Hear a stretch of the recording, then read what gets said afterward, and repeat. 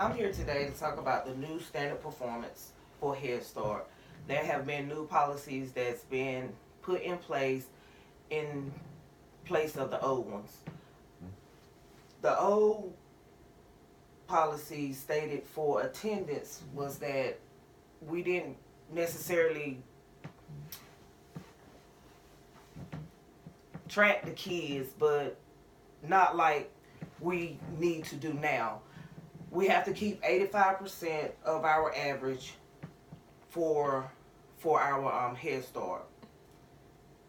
Below 85%, we have to come up with a strategy to find out why the kids aren't attending school, what's their problem. To maintain that 85% average, we will do home visits, communicate with the parents to find out what their situation are, to provide transportation if transportation is one.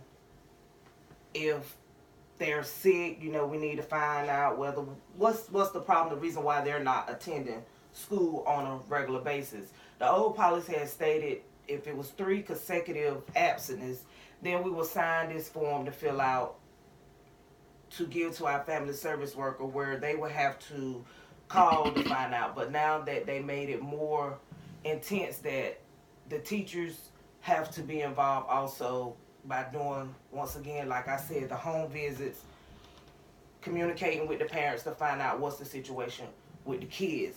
As you can see on the PowerPoint, the percentage of kids that attend school, which is higher starting from 2003 up to 2011. Then it decreased down to 2011 to 2012. So that is very important in Head Start. Kids need to attend on a regular daily basis so that they can get the education that they need. So that's why we need to track their attendance to make sure that they're there every day. Also, another new policy that came into TAC was the behavior. The behavior part is that before, we will suspend them basically for anything if that we couldn't manage them, or if they was out of control and we couldn't manage them. So now the new policy for behavior is that we have to come up with a solution to their behavior, which there are many behavior things, levels that we could go by. They have different levels that we could track the kids with. So therefore, now that we can't suspend them for anything, we have to manage them. We have to be in contact with the parents to get a solution for what we need to do in order to keep them in school. We can't just kick them out anymore. So we have to do what we have to do to keep them there. So that's the new policy for the behavior. So therefore, the kids, once again, it all ties into one, the attendance and the behavior. In order to keep our 85%, we have to keep them there at all times, and to make sure that we find a solution to keep them there.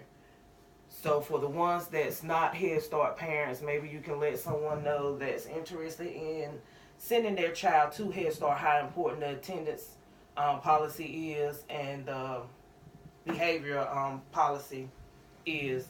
So that's the conclusion to the tendency and the behavior issue. Kids are very important and they need their education, so we're there to do all that we can to make sure they get all that they need. So once again, the attendance is very, very important. We can't state that enough, how important the attendance is. If the child is not there, they can't learn.